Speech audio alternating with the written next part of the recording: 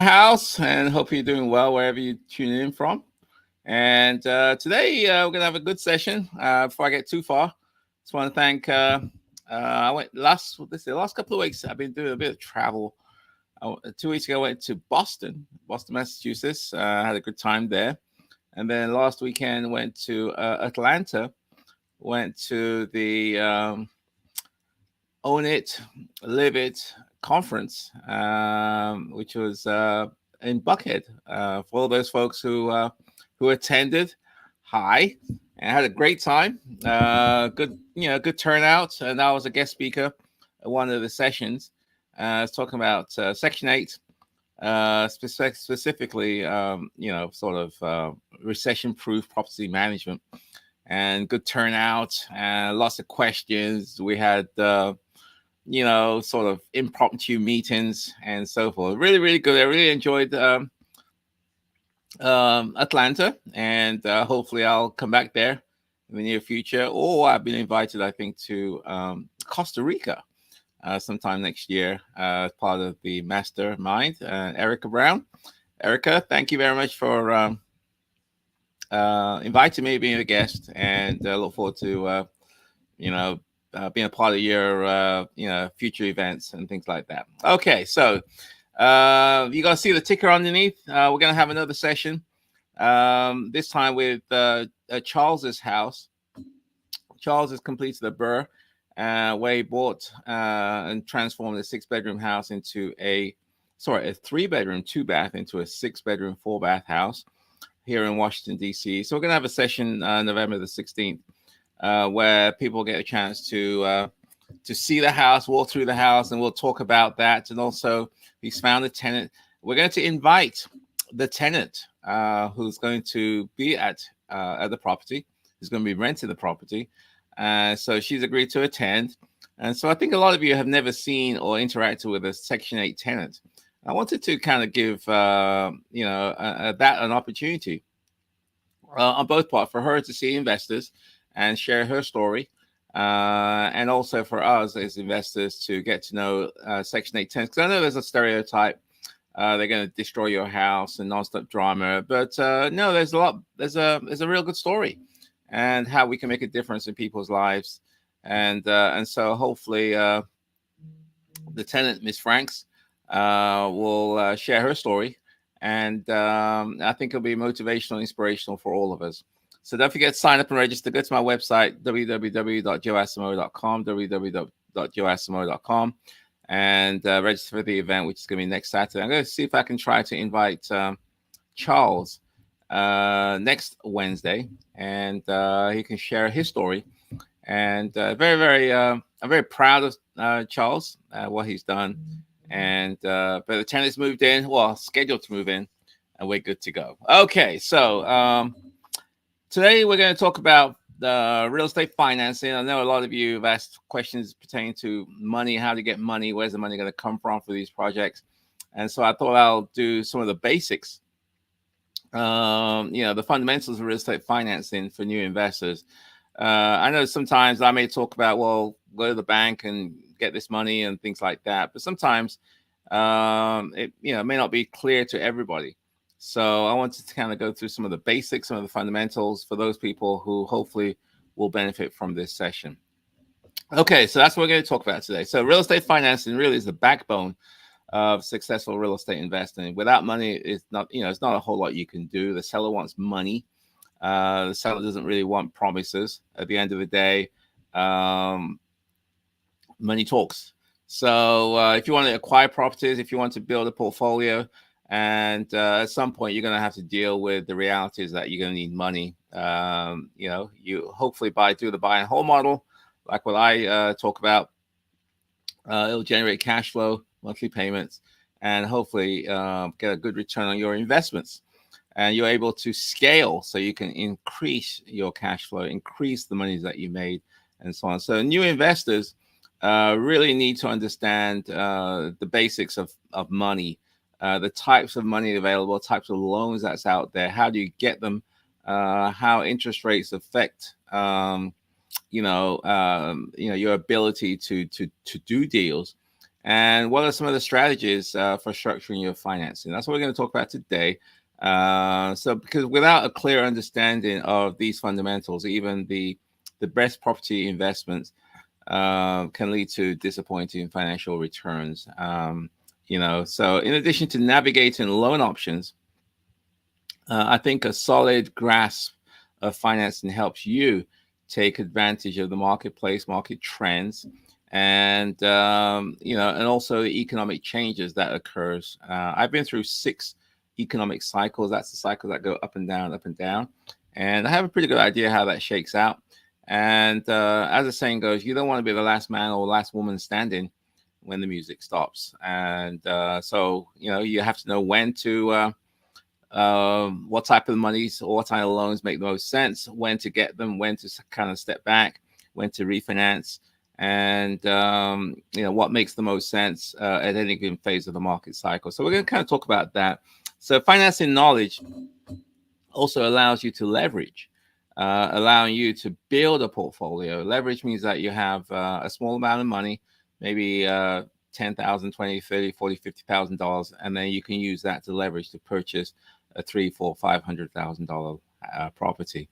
You can do that across multiple locations, multiple properties, and you can create a financial structure that makes the most sense, that can generate cash flow and also build wealth over a period of time. So in this live stream today, we're going to kind of talk about some of the essentials, the different types of loan products out there, the role of interest rates, and down payment strategies that makes the most sense. So hopefully today will be informative, and let's get going.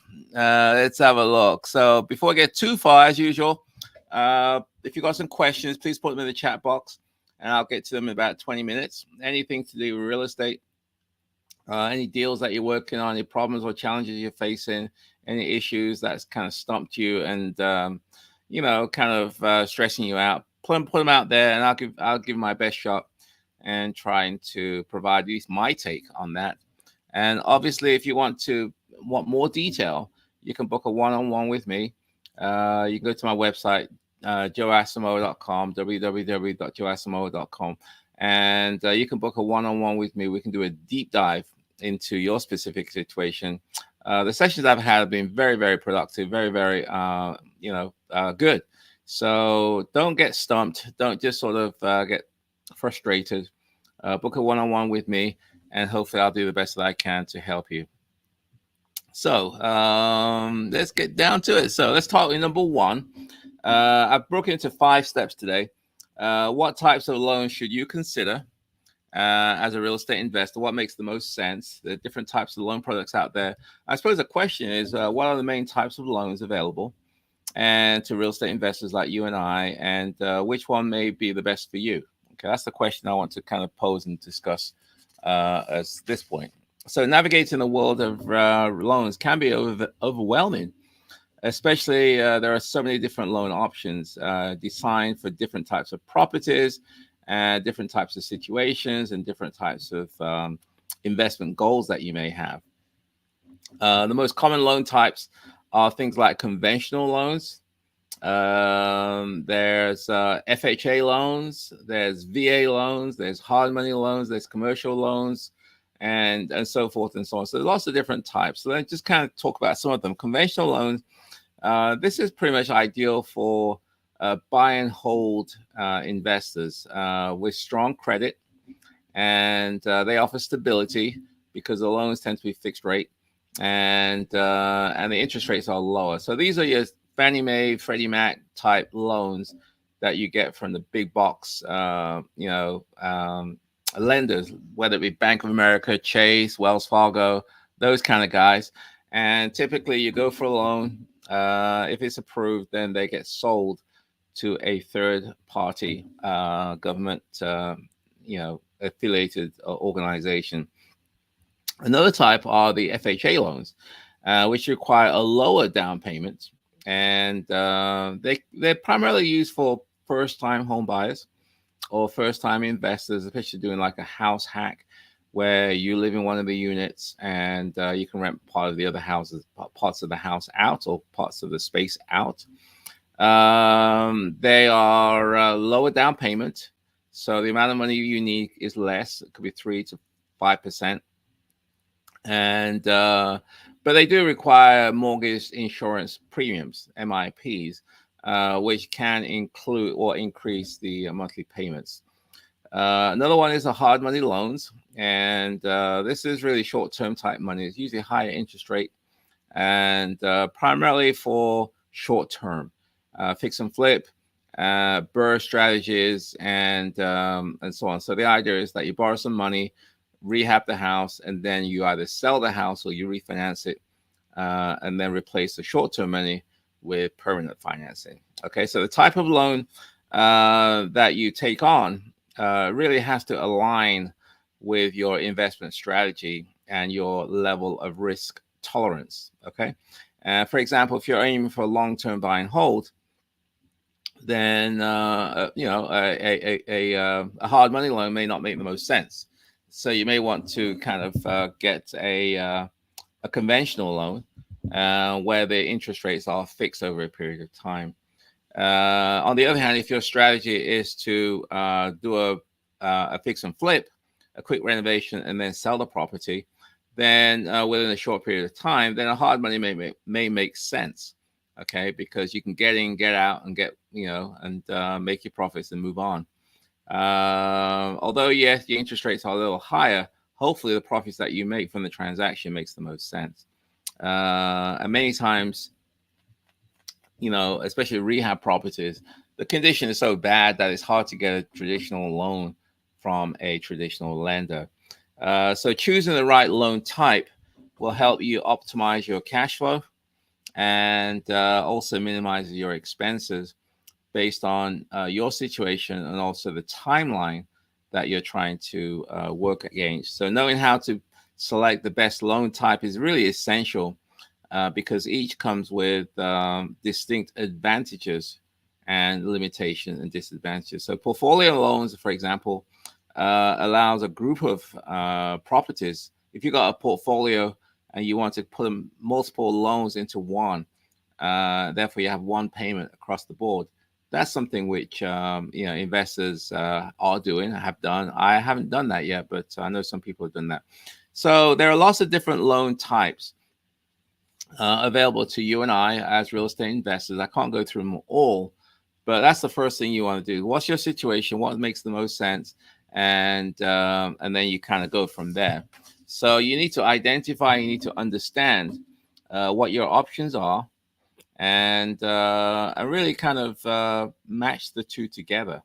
So let's talk about some action items that you can do, things that you can do immediately as it pertains to what loan type you should want to consider. So one thing you could do is to create what we call a comparison chart of the different loans, like a spreadsheet. You know, the different types of loans on one part versus your situation, your goals, and you know, and the pros and cons, the benefits and the drawbacks. You can do that, and therefore, given your situation, you can kind of get an idea which one makes the most sense. Also, what you want to do is speak with a mortgage broker to identify the best loan type for your investment goals. Mortgage brokers many times work across lots of different product types, and they're not sort of aligned to one particular company, but they represent several companies, and therefore they may be, in theory anyway, be able to recommend one that makes the most sense for your situation. So let's go to number 2. 2 out of 6 is the role of interest rates. How do interest rates affect your investments? Interest rates is extremely important. So I suppose the question becomes, you know, how do interest rates impact your real estate investments, and what can you do to mitigate, i.e., to kind of insure against those risks, to reduce your risk?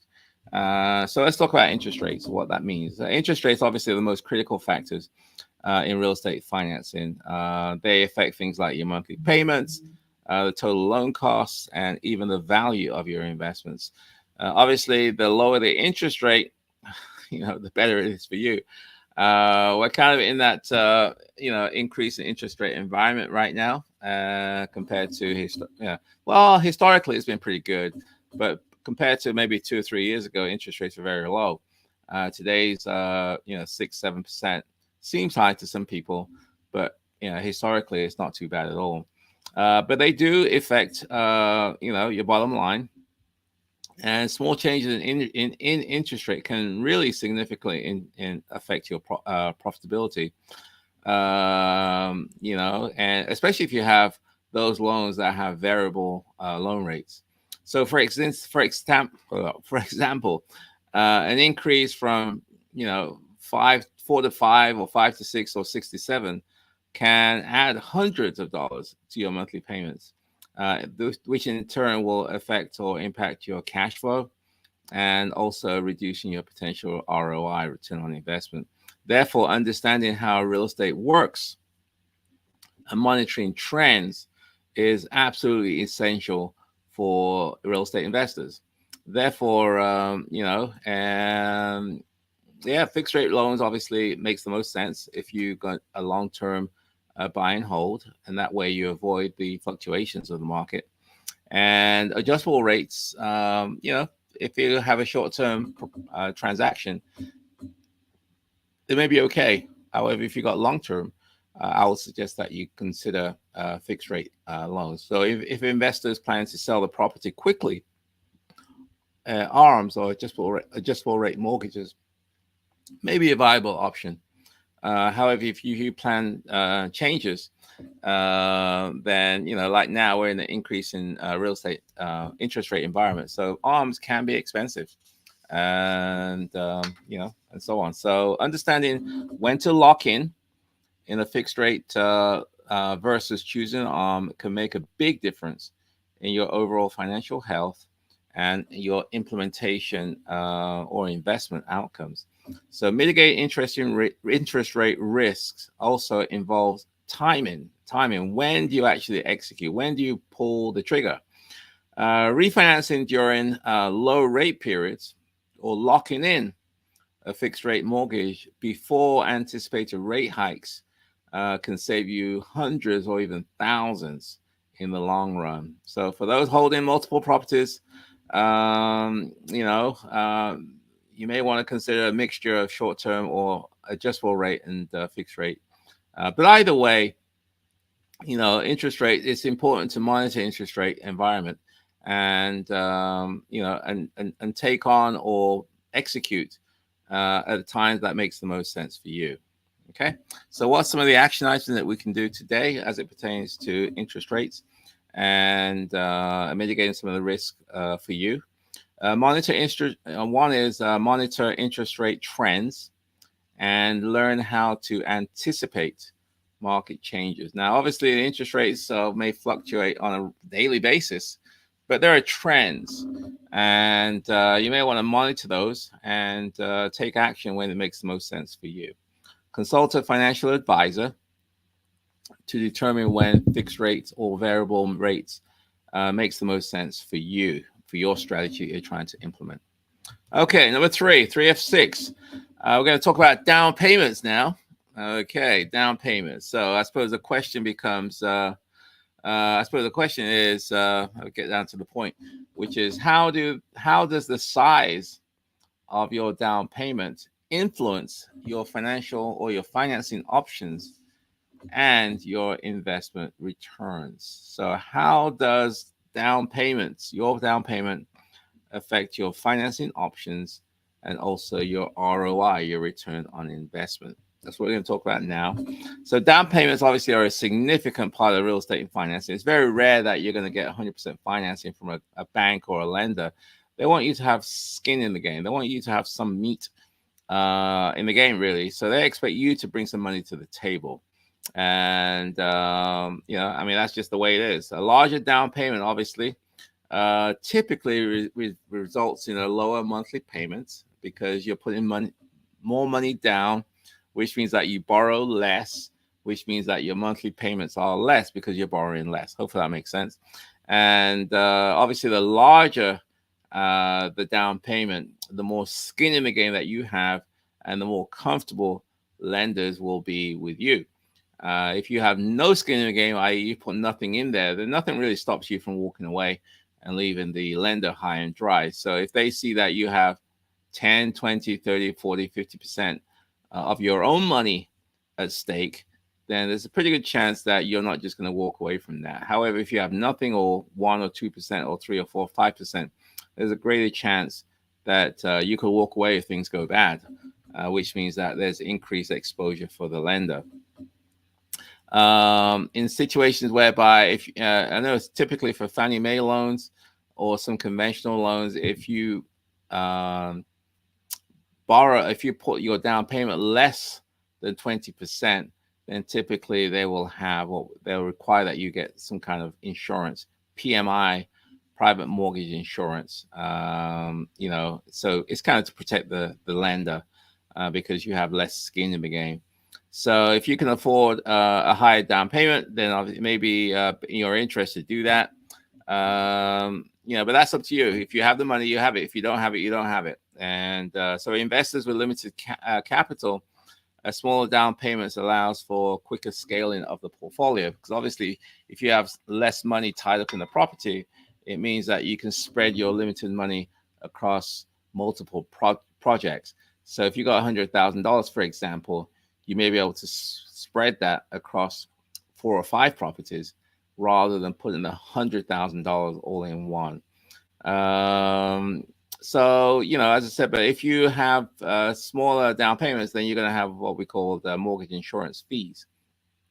FHA loans, for example, allow for a smaller down payment, but they do include insurance premium that increases the overall cost, the overall down payment, or overall monthly payments that you make. So for some investors, the ability to leverage capital across multiple properties outweighs the expense of higher monthly payments. So in my case, especially when I was starting off, I wanted to acquire a portfolio. So I had limited amount of money. So I used that money across multiple properties as opposed to sitting all in one property. So choosing the right down payments amount is a balance between cash flow and growth potential. And each decision that you make as it pertains to down payment should reflect your investment strategy.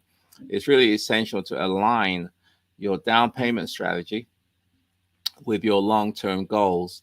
A higher down payment may be ideal for long-term buy and hold properties where you want a stable cash flow, while a lower down payment may suit short-term or flipping projects, or if you want to build and develop a large portfolio. So what are some of the action items as it pertains to down payments? Analyze the impact of different down payment amounts on cash flow and ROI, return on investment, and also research creative financing solutions that will help you reduce upfront costs. Okay, so kind of halfway through. And as usual, if you got some questions, please put them in the chat box and I'll get to them in about 10, 15 minutes. Anything pertains to real estate investing, if you got a question, issue, problem, challenge that you're facing, put them down there and I'll do the best that I can to answer them for you. Likewise, if you want to book a one-on-one where we can do a deep dive into a particular problem or situation that you're facing, book a 1 hour with me and we can really drill down.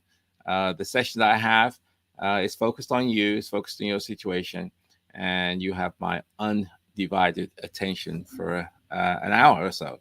So please go to my website, www.joeasamoah.com, www.joeasamoah.com if you would like to book a one-on-one with me at that point. So let's get to number 4. Navigating lender requirements and how to prepare. Obviously, okay, so at this point, we've kind of decided we need money. We decided the type of money that we need. We figured out how much money we have for down payment. Next thing we want to do is to understand what the requirements are for the different lenders. What I say is, before you get on a basketball court, this is an analogy.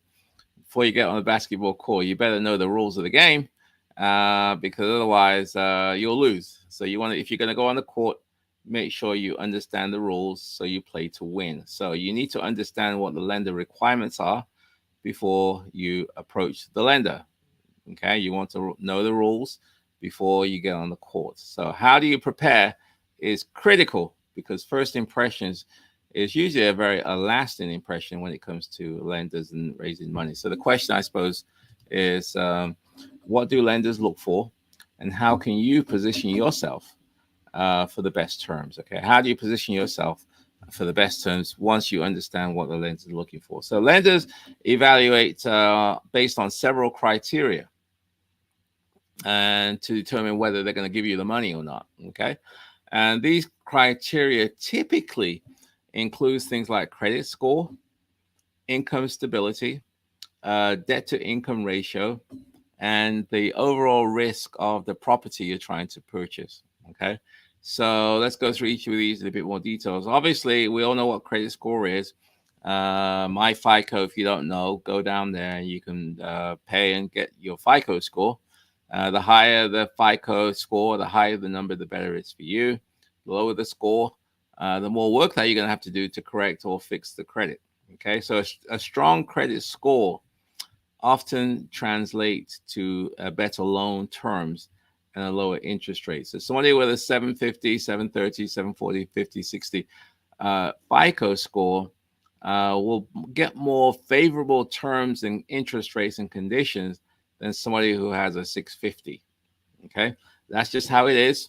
And likewise, you'll get better terms on terms, things like loan, sort of debt to income ratios. And it's just better if you got better scores. So if you don't know what your score is, please find out and take the time to try to do the best that you can to improve your score, such that if you go on the court, you stand a better chance to win. So knowing what lenders expect allows you to prepare and present yourself as a trustworthy, low-risk borrower. Okay. Another thing is the income documentation. How do you document that? What you're making? That's critical, because lenders want to know that you can actually have the money to pay the loan. Lenders require proof of consistent income, especially for investors who rely on rental income. So many times, if you've got a rental property, you want to have a lease in place such that you can show to the lender that you got a regular, reliable income coming in. That will hopefully offset the mortgage and the expenses that you're going to incur. They typically want proof of that. And if you're a new investor, or if you're a self-employed or business owner, then typically they want things like tax returns, bank statements, and other things like that. So if you have those things, it'll definitely speed up the process and will also strengthen your loan applications. The more prepared you are, the more likely you're able to negotiate better terms. Lenders also obviously look at the property itself, the property that they're going to secure the mortgage or debt against. Things like location of the property, the condition, and the potential income generation play a really important role in the approval process. So properties needing significant repairs, the kind of house that I buy, that's kind of ugly and very intimidating. Those ones are pretty much higher risk, and that's the reason why a lot of investors that do rehabs go for what do you call those things? Hard money. So obviously, if you're going to go for hard money or construction type financing, then you need to demonstrate to the lender that you have a solid plan for the renovations. You got to have your scope of work. You got to have usually information about the contractor, the timeline, plans and permits and things like that. They want to have all that stuff just to kind of make them comfortable that you know what you're doing. Also, they want to know what kind of budget the renovation is going to cost. What this does, it puts you in a positive way, because it lets the lender know that you know what you're doing, and and hopefully you've done your homework, and therefore you stand a better chance and confidence that they'll have in you. So what's some of the action items we can do here? Check your credit score and work on improving it if necessary to qualify for better loans. And the other thing is compile a comprehensive financial portfolio with income documentation, investment records, and bank statements. I have all your documents together because there's a pretty good chance the lender is going to ask you for it.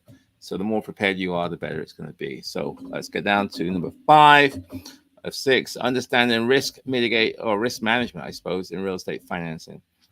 So the question is going to be, what are the key risks involved in real estate financing, and how can you protect your investment? There are risks.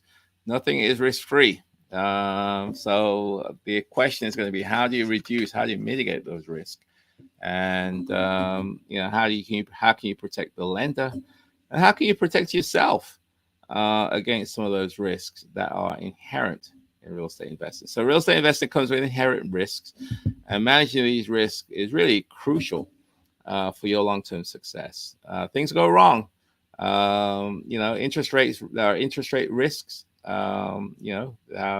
Interest rates go up, they go down, and these are risks. If you fund or finance inappropriately, you may be hit hard if you have to refinance and the interest rates have increased, because you may not have the cash flow to support the new loan. So that's why, if you have adjustable rate mortgages, there are some risks associated with that. If rates rise, monthly payments will also rise, and it could get to the point where it's unsustainable, which will cut into your profits. So to mitigate this, many investors prefer fixed rate loans for long-term investments. For those using variable loans, it's important to monitor economic conditions and be prepared to refinance if necessary. Hopefully you can. But you may have to, especially if interest rate shoots up pretty quickly. So market risk is another factor that can impact property values and rental income. Market risk. I told you I've been through 6 real estate cycles, up and down, up and down. So there are risks. What goes up must come down. You can lose money in real estate. A lot of people do, especially during downturns. A lot of people lost their shirts and gone bankrupt. So there are economic downturns or shifts in housing demand that can lead to lower property values or higher vacancy rates. That's just the nature of the beast. So you want to have certain things in place that can protect you against those risks, and so on. Okay, diversifying your portfolio is another way of mitigating risk. You can buy properties or rent properties in different markets. You can have different property types instead of just single family. Some people go multi-family or commercial. So you kind of spread your your investments over multiple classes or different types of properties. And some people invest in multiple locations, so they minimize or mitigate some of the risks associated with what goes wrong in a particular area. So if you have all your investments in one location, and for whatever reason there's an economic downturn that affects that location, then you have a certain level of risk there. Another risk is property expenses, unexpected property expenses like major repairs or maintenance issues that just come out of the blue. So obviously, to mitigate that, you want to set aside some reserves for each property to cover these unexpected costs, rainy day funds, I call it, without jeopardizing your overall financial health. So risk is just the way it is, nature of the beast. And what you want to do, obviously, is to manage that risk.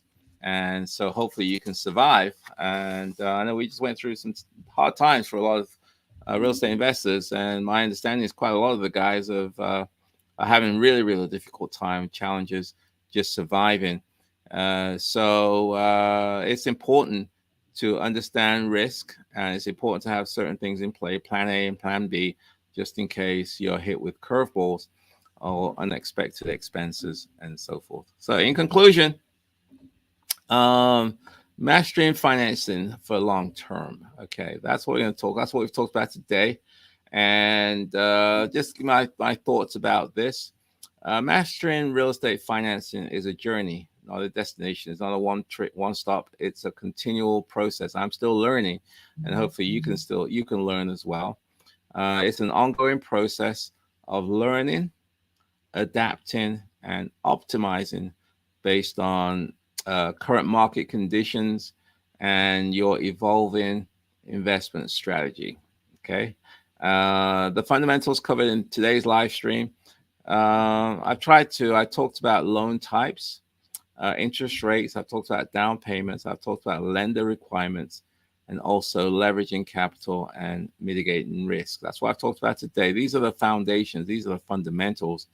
And so understanding these concepts hopefully will empower you to make informed decisions and to reduce your financial risks and also to maximize your returns. So by mastering the basics that we talked about today of financing, you position yourself to take advantage of favorable terms and adapting to market changes and hopefully to leverage opportunities as they arise. So this foundational knowledge not only supports your current investments, hopefully, but also prepares you for the future and hopefully setting you on the path to financial independence. So my friends, that is it for today. In terms of the education part, we're going to go through the Q&A. So if you got some questions that you want to ask me, please enter them and put them in the chat box, and I'll try and get to them about now. And if you want to shoot me an email, you can always shoot me an email at joe@joeasamoah.com, joe@joeasamoah.com. And if you want to book a one-on-one with me, go to my website, www.joeasamoah.com, to book a one-on-one meeting with me. And don't forget, also, we're going to have a event November the 16th at Charles's house, where he transformed a 3-bed, 2-bath house into a 6-bedroom, 4-bath house here in Washington, D.C. You'll learn about the good, the bad, the ugly, how to do this successfully. He's got a tenant moved in, and where he's going to be requesting like $6,350 in rent. You're wondering, how in the world do you do that? How can you do that? How can you buy these houses in these expensive areas like what we do in Washington, D.C., and get both cash flow and appreciation, and also make a difference in people's lives? That's what we're going to talk about on the 16th. So please sign up, go to my website and register. It's going to be a great event. Also an opportunity to network with like-minded people. I'll be there, so you can get some FaceTime with me, and hopefully I'll get the opportunity to see you, meet you, and just kind of catch up and so on. So November the 16th, at Charles's house. He's a new investor, done his first property, and you'll learn about the good, the bad, the ugly, the experiences. And the session or the event is called Making Money and the Difference. Making Money and the Difference. Investing with Purpose using Section 8 and the BRRRR. That's what today's Saturday, November the 16th, next Saturday, session is about. So anyway, that's it, my friends. Let's get down to questions and see what's up. Okay, so we have Dao2 as usual. Hi, Dao2. Hope you're doing well in Phoenix, Arizona. I'm sure it's hot there. It's probably a lot hotter than here. Hi, Dr. Joe. Love that Mrs. Franks was invited to and will be attending your upcoming event. Yes, Miss Frank, the tenants will be there. So if you want to see a Section 8 tenant and you want to learn some of the stories, some of the experience that they have, come to the event on November the 16th. I mean, there's a lot of stereotype, assumptions about voucher tenants. There's a lot of good families in this program who are just yearning for an opportunity to live in a decent house in a decent neighborhood and to rent from a decent landlord. And, Miss Franks is just one of those. And she's a good person, got a great family. And I think it'd be good for us to, as investors, to hear her story or their story, and also understand how we, as investors, can make a difference, in providing these opportunities to these families. Obviously, you can make money as well. And so I think it'd be a good one. Okay. If you got some questions, put them in the chat box, and I'll do my best to answer them. Kadeen Brooks. Hey, Kadeen. Hope you're doing well. Hi, Dr. Joe. Can you share some creative financing solutions, examples that can contend with down payments? I've been exploring leveraging some IRA funds for down payment for my first investment property. Okay, good question, Kadeen. I think I met you, Kadeen, in Atlanta. Hope you're doing well. Saturday, I think I called you number one because you sat at the table and we had some questions and so on. So I hope you're doing well in Atlanta. And okay, so let me see if I can do. Can you share some creative financing solutions for down payments? Okay, so there are lots of different ways. Like in your case, if you've got savings, if you got IRA funds, you can use that. If you don't have the money, there could be other people who can borrow you the money. You can have private investors. The other thing about that is that if you're going to borrow money, is to make sure you do it at least 90 days before you apply. So that money is sitting in your account. It's what we call seasoned. Because if the banks see a sudden surge of money in an account, then they usually get leery and they think that you borrowed the money, and they don't want you people to borrow money. They want you to have some skin in the game. So they usually want the money to be sitting there or a seasoned for a period of time, whether it be 60 days or 90 days. So if you're going to borrow money, make sure you do it at least 60 or 90 days before you start. Another way to do some creative financing is subject to, which is where you take over an existing loan, and then that way, you can avoid that.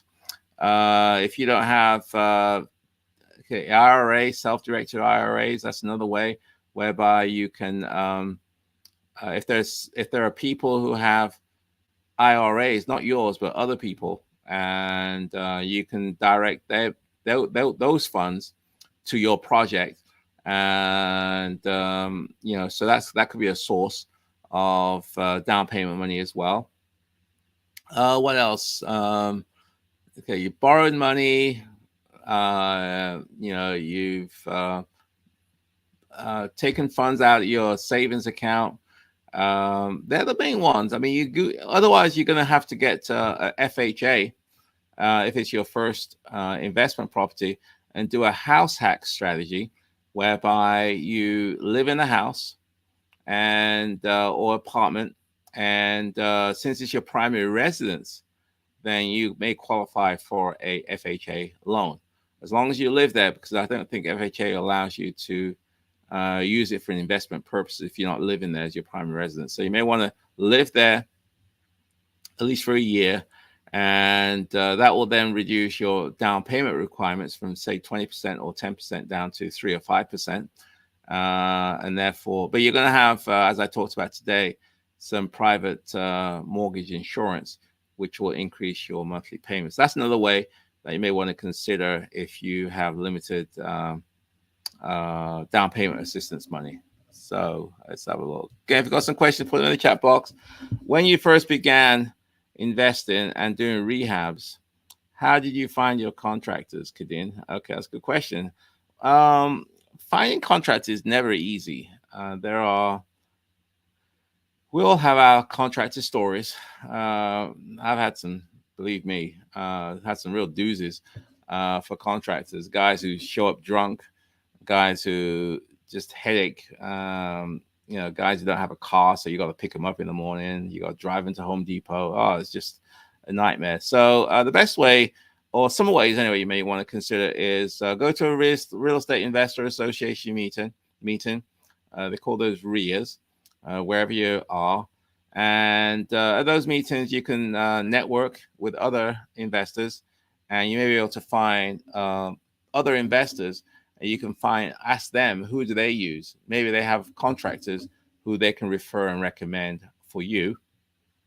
If you don't know anybody, then you're going to have to get some referrals. And if you don't have those referrals, you may want to go to a place where real estate investors meet. And that will be a REIA, Real Estate Investor Association meeting. There should be some wherever you are, and you can get some good advice from and get some recommendations there. The other one is to go to the Home Depot or the Lowe's or some of these stores, and you speak to the pro desk, and go there in the mornings, usually around 6 or 7 o'clock in the morning. You'll see people, you know, busy getting supplies, and so you may want to sort of, hang around there and get some names of people, or you may want to ask the pro desk, a counter, if they can recommend some people for you. That's a good way.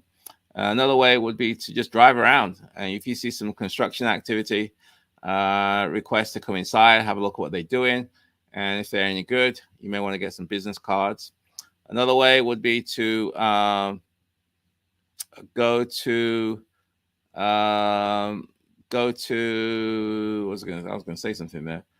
Go to I just had something in my mind, I just lost it. The other ones go to real estate forums, forums like Bigger Pockets, and you can go in the forums and pose a question. Hey, I'm working on the project, so I'm looking to find a quality contractor in the ABC area, whether it be Atlanta, Phoenix, Washington D.C. area. Can anybody provide some recommendations? And sometimes there will be people there who will give you suggestions. So that's another way to find contractors. So there's quite a few here. But if you find good contractors, you may want to do the best that you can to keep them, which means that you pay them. You clearly develop a scope of work, SOWs, and you have a contract in place that protects you, also protects them. Okay. Yes, it's number one. Hi, number one. It's an inside joke. Great tip about seasoning. Thank you. Yeah, you want to keep the loan in there for at least 90 days before you take it out. Because you want to have the loan in there for at least 90 days before you apply for the loan, and so on. Katie again. So Katie, where are you located, Kadin? I think Kadin is located in Atlanta. Please confirm that, Kadin. I think she's in Atlanta. Karen. Good evening, Dr. Joe. Yes. Where are you located, Karen? Karen P. Okay, Kadin. Last one is never a last one. When you're assessing a property, how do you determine whether the rehab requires too much work versus in scope with what you're willing to take on? Typically, what I will do is when I go to a property, if you're not too familiar with renovations, you may want to take a contractor with you, or you can find somebody who has a bit more experience, and they can tell you. It could be a home inspector who has a bit more experience. They can tell you what needs to be done on the house. Depending on your exit strategy, whether it's to flip it or whether it's to hold it, will determine what you're going to do. If you're going to sell the house, obviously you want to put fixtures and do the renovations in such a way that it's sort of comparable to the area and the location that you're in. If you're in a high-end area or mid-level or low-level area, then that will determine what you do to the property. If you're going to rent the house, then you may be able to do less work. Instead of new this, new that, new everything, you may be able to scale it back and just focus on the important things, and so on. So in terms of too much work, it depends on your comfort level. When you first start off, as I said before, I wouldn't get too much into a major renovations. Renovations, I put them as 3 levels. There's the low-level renovations, like painting carpet, painting carpet, sprucing up the place, and call it a day. And then there's mid-level, which is obviously a bit more work. You're going to take out a few walls. You may put a new kitchen, new bathrooms in there. And there's major renovations whereby you are literally gutting the house all the way, taking new everything from the house. So it depends on your comfort level, Kadin, whether you're ready to do a major or mid-level renovations, or whether you just want to start off with a low-level renovations, sort of cosmetic stuff. And that's really up to you. When I first started, I would suggest that if you don't have certain systems in place, you don't want to take on too much, because rehabs, there's a lot of moving parts. And if you're not careful, you could get overwhelmed very quickly, especially also if you have a contractor that, not trustworthy, it's not ethical, doesn't have high integrity. Because contractors, they can give you, oh my goodness, they can make your life hell. So Kadim is at Kadil. Kate, she's in Atlanta, Atlanta, Georgia. Yes. So Kadim is in Atlanta, Georgia. Very nice place, Atlanta. I had a great time. We were in the Intercontinental Hotel in Buckhead in Atlanta. That's where the event was. That's where the conference was. The Own It, Live It conference. Had a great time. Hopefully, I will. Erica will do it again. She's the host, and she'll do it again. Hopefully, she'll invite me, and so on. Okay, Karen P. Could she also look at contractors who are working on houses while out driving? Yes. If you're driving, I think I mentioned that. If you're driving out and you see a contractor doing some work, if you feel comfortable, you can get out, speak to them, introduce yourself, what you're trying to do. And if you're comfortable, you can ask them if they would like, if it's okay to walk through the house and see what they do, or get some business cards and contact them. So yeah, driving around, if you see activities. So I gave you some examples.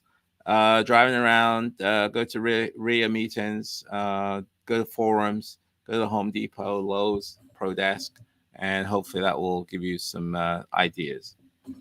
I'm back in the Washington, D.C. area. Karen P. You got to refresh my memory, Karen. But welcome back to the D.C. area. I'm not sure which Karen we're referring to. But anyway, either way, welcome back. I'm in the D.C. area as well. I just came back a few days ago from the trip out to Atlanta and also to Boston as well. Kadin, that's helpful. I say it's now 7:55. Gonna wrap it up in a second. So if you got your final questions, put them in. I'll do the best I can to answer them. That's helpful. Real estate, low, mid, high level renovations. Would you consider adding rooms, a mid level renovation? It depends. If you're going to take out walls, if you're going to add bathrooms, yeah, that's more into the mid level. Cosmetics is like paint, carpet, paint. Just really stuff which a new investor can take on, Harry homeowner can take on without getting too intimidated. That's what I call low level. Mid level, you may want to take out a couple of walls here and there, new kitchen, new bathrooms. So yes, adding a room possibly could be mid level. If all you're doing is just taking a space in let's say a basement and just turning that into a bedroom, that's not really that's on a higher level of the low level, if that makes sense. It's pretty basic. But if you're going to add a bedroom in the basement, pretty good idea if you need a bathroom down there, because people don't want to go up 2 flights of stairs to go to the bathroom. So if you have basement bedrooms, you may want to consider having a basement bathroom as well. So yeah, I would consider that to be mid-level, to answer your question, Kadin. I met you at Gregory Bennett Boot Camp Friday. Karen, Camps Friday, lunch and learn. Okay, last year. Okay. Well, Karen, hi. Yes, yes, I know exactly. I used to attend Greg's. I used to speak at Greg's events, and so hope Greg is doing well, and hopefully we can catch up. Karen, shoot me an email if I can be of assistance to you on your journey. Please let me know. Kadin, I'm not connected in Atlanta, but I will ask my GC if he has contacts or referrals in Atlanta. His team works in Chicago and Florida. It might be a bit of a stretch, but you never know. Yes, there are contractors that you may want to consider, Kadin. But again, I would go to other real estate investors in your local area and try and get some referrals, because it's always better to get referrals. That way somebody's vetted them. And, and hopefully they're going to refer you to a good person and not someone that's going to scam you. Katie, I appreciate it. Yep, that's it.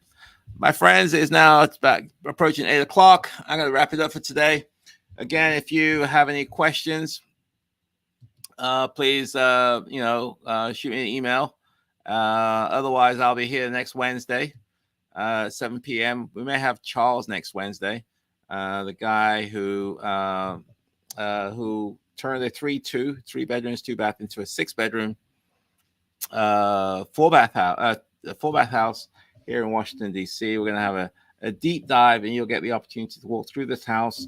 And, you can see how he is making a difference and making money as well, and how you can also do the same thing using the Section 8 strategy and also the BRRRR strategy. So I look forward to seeing you next Saturday, hopefully, November the 16th, at the event, which I'm calling it Making Money and a Difference, Investing with Purpose, using the Section 8 and the BRRRR strategy. Also, you can shoot me an email, joe@joeasamoah.com. And if you want to book a one-on-one with me, by all means, go to my website, book a one-on-one where we can do a deep dive into any questions that you have as it pertains to real estate investing. So that, my friend, I will wrap it up for today, and I will see you next Wednesday. Take care, guys. Bye for now.